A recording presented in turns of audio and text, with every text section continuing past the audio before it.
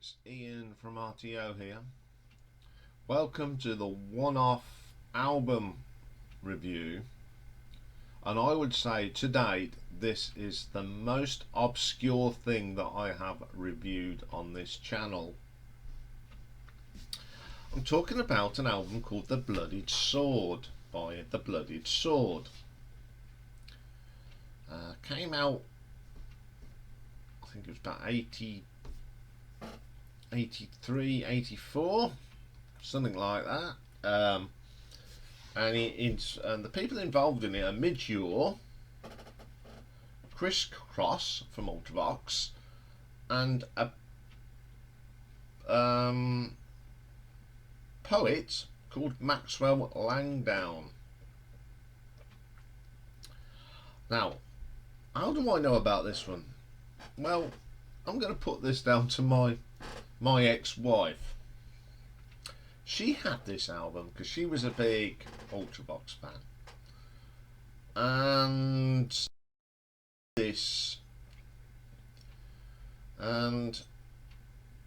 for some reason I wanted to listen to it on a Walkman. You can tell how long ago this is because there weren't such thing as CDs were still in their sort of infancy.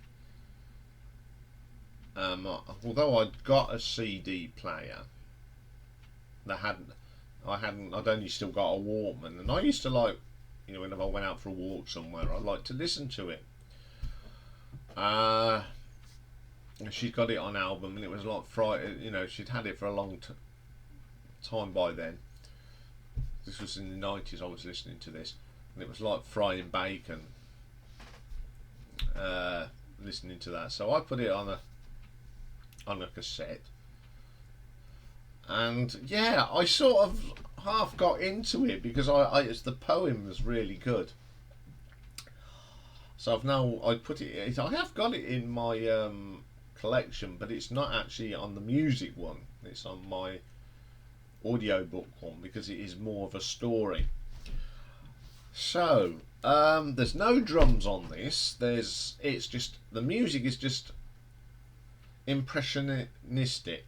The spotlight was on Maxwell Langdon, who crafted this epic poem, and he gave every inch of theatrics to put it across. He acted the various characters whose dialogue advanced the plot themes. Now there's a sword in it. Yeah, there's a sword, a gun. Yes, it is very, very weird and wonderful. So let's have a look at these tracks. I am not going to put any of the tracks in a playlist because it doesn't work, but what I will do in the description, I'll put you a link, and it's got the poem. So the first thing you get is a thing called the Sword's theme. Now this is quite a nice little instrumental thing done on the keyboards. It's very gentle. It's quite pleasant, which sort of sets the tone. Then we go into this thing called Sword Speaks. There's a little bit of drum machine in it, and you get this Max Langdown set in the story, and it's very mystical and mythical, Game of Thrones type thing. Then we get Gunya. Again, the keyboards in this, it's very Visions in Blue in the background. You can hear that thing. But you get some voice effects, and it sounds like something straight off of Doctor Who. Then we get a thing called Propaganda Machine. I like the keyboard a little bit in this. But this is where Max really starts getting into the thing. It's bizarre and weird. Then we get Seer Steve. Although the big keyboards are in the background, it's a nice swirls. And then Max really starts getting passionate and screeching and the haunting Max is really getting into this now. Very dramatic. You can tell that the keyboards are done by Midge Ure and Chris Cross. This very eerie sound that they produce with Ultravox. It really fits with Max's poem. Warnings. There's no music here. This is just Max and his voice. You get a little bit of drum machine. He's really getting into it. Confrontation. Oh, there's a lot of anger in this. Again, you've got that warble Doctor Who style voice, and the keyboard bit on this actually adds to it and gives it a bit of depth. Then we get Mercy. The drum machine on this is pretty good. There's this echo to it. And again, Max's the interpretation of this part of the poem is really good. Alliance is just continuing on from Mercy. Same background as the story starts coming to its conclusion. Oceana's theme, the anger in this. It's got that echoey drum beat again and that little gentle keyboard. Gives it so much atmosphere to this part of the story. One Man With. Again, this has gone back to its very gentle speaking again. Got more of a beat to it. Pretty good actually. Actually like that one. It's one of the better listening ones. And we get Damnation. Again, carrying on from With Man. One With Man. Listening to that, you've got to listen to the whole thing of this if you dare. It is on YouTube, the whole thing. I'll put the link for that in as well for you, so you can go and have a listen. It's just very good. And then we get a carry on of Threats District, carries on from Damnation. It's very good. Then we get Propaganda. The change of direction in the music here. The spoken word is weird and eerie, but it's got the really whiny keyboard that you got with Ultravox. That whine, that wonderful sound. Then we get the Jester's theme. This is very Ultravox. Bit of fun with this one. But Max's characters in this are just fantastic.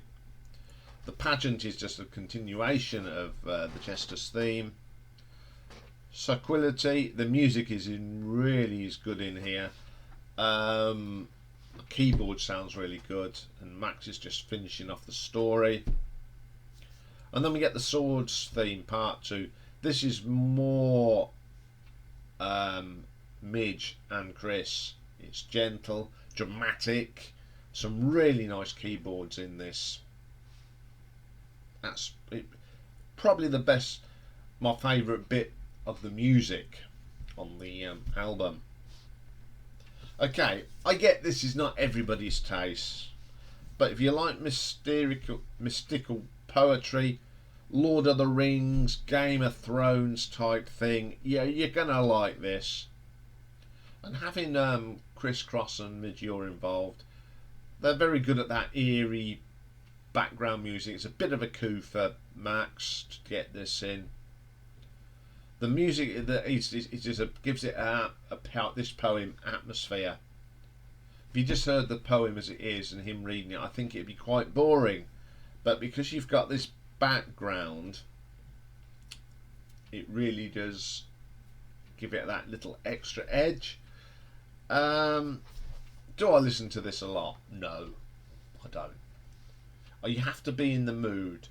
I think the last time I did listen to it the other week to do this, but I think the last time I really listened to it was in 2019 actually, and I listened to it while I was on holiday in Marrakesh, sitting in the hotel garden. So I don't play it a lot. I'm going to give this an RTO ranking of 6 out of 10. I like the idea of it. No one had tried this, but it's certainly out there. I think you've really got to be into your poetry and your mystical poetry to really appreciate this. I know a lot of people won't be listening to this, but I will put a couple of links in. I'll put the link in for YouTube and the link for the lyrics. Give it a go. And I don't mind if you say it's rubbish or not. Well, I want to see what other people think of this weird and wonderful piece of music. Okay then, that's all for this week. We've ended on the weird and wonderful. Don't forget that Redbubble, if you want a t-shirt or baseball cap or something like that, if you go to the top of the link in the opening page, it is the last icon on the right hand side.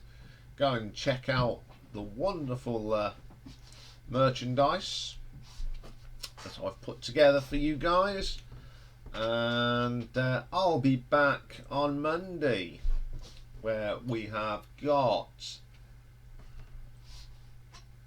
Man of War, a reviewer's request. Looking forward to that one. And classic album next week. We're going to do our very first classic album of a live album, Frampton Comes Alive. Have a great weekend, everybody. Keep watching, and I will see you Monday. Bye for now.